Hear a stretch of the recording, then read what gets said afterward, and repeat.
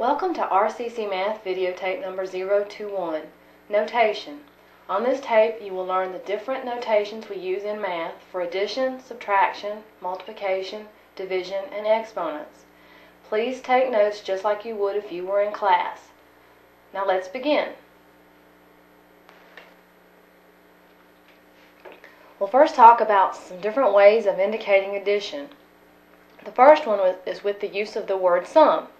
When a problem tells you to find the sum of two numbers or three numbers, however many numbers, that's telling you to add the two numbers together in this case. So find the sum of 318 and 9,783 means 318 plus 9,783. And there are still a few other ways. That's what we just said. That's what you're more accustomed to seeing. And then there's this way, and this one is probably the most familiar to you. Okay, notice when we've set up the two numbers to be added together, that the digits are aligned in the ones place, the tens place, the hundreds place, and then the thousands place. Okay, let's do this problem. First we add the 8 and the 3 in the ones place. That would be 11. So that's 1, and then we carry the 1. Then 1 plus 1 plus 8 is 10. So we write 0 in that place and carry the 1. Then 1 plus 3 is 4, plus 7 is 11. So we write 1 and carry the 1. And then 1 plus 9 is 10. And then it's customary to put a comma at this spot where we've grouped 3 digits to the right there. So we start at the right and count over 3 digits, comma, 3 digits, comma, 3 digits, comma, etc. So the answer to all three of those problems is 10,101.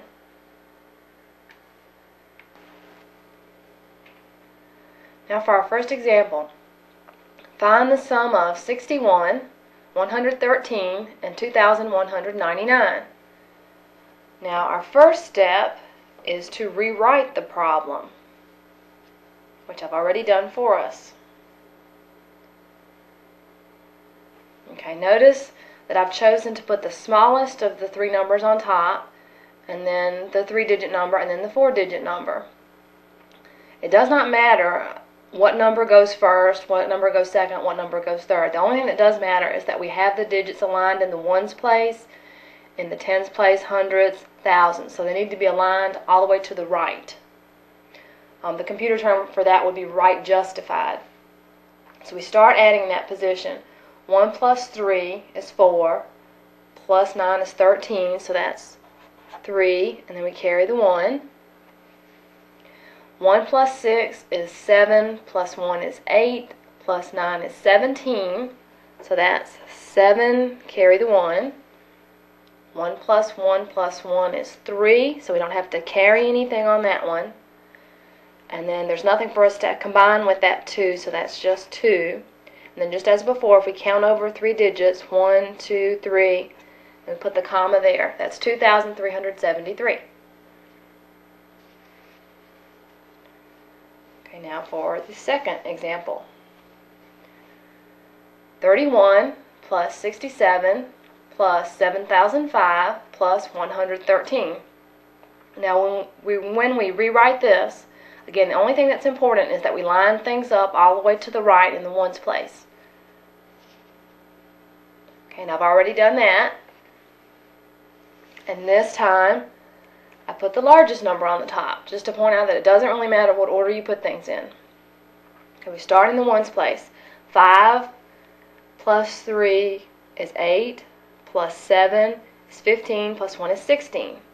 So that's 6, and then we carry the 1. 1 plus 0 plus 1 is 2, plus 6 is 8, plus 3 is 11. So that's 1, and then we carry a 1. 1 plus 0 plus 1 is 2, and then the 7 just comes down. And then we put the comma, 1, 2, 3, 7,216.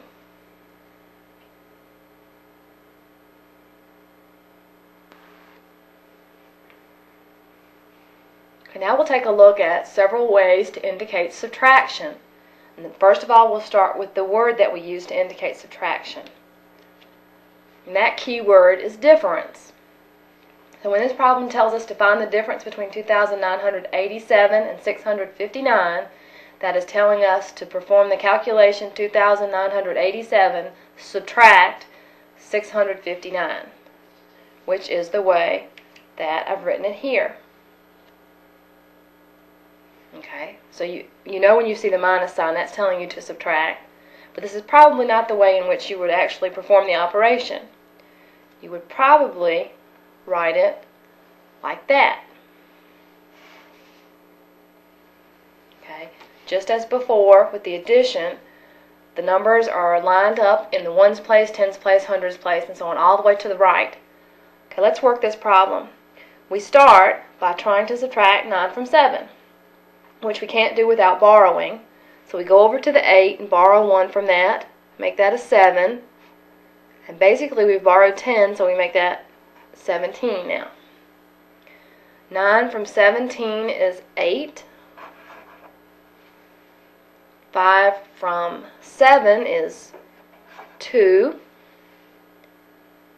6 from 9 is 3. And then nothing from 2 is 2.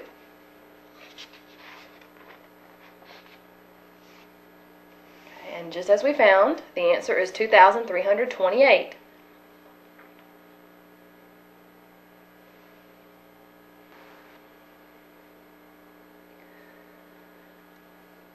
Okay, let's take a look at some examples involving subtraction. The first one says find the difference between 855. Since it has the word difference, I know I need to subtract. So I'm going to rewrite this as 800 subtract 55. So we need to take 5 from 0, which we can't do without borrowing.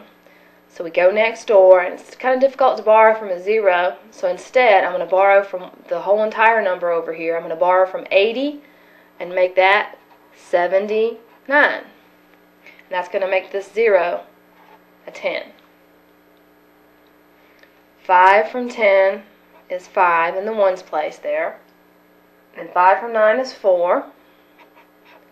And nothing from 7 is 7. So our answer is 745.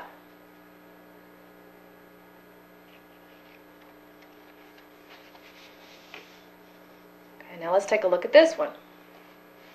Okay, this one is already set up in the right form for us to subtract. So we start off just like we did the other problem. 9 from 0 we can't do, so we borrow from this 5 next door, make that a 4, and make the 0 now a 10. 9 from 10 is 1. And when we come to the tens place, we can't take 9 from 4, so we have to borrow, make this a 1, and make this now 14. 9 from 14 is 5. Then when we come to the hundreds place, we can't take 9 from 1, so we borrow from its neighbor, make that a 0, and make this 11. Then 9 from 11 is 2. Okay, here's the proper place for the comma because I already have 3 digits from the right. And then I can't take 8 from 0, so I borrow again, make that a 2, and make that 10 by adding 10 to the 0 that's already there. Then 8 from 10 is 2, and nothing from 2 is 2. So the answer is 22,251.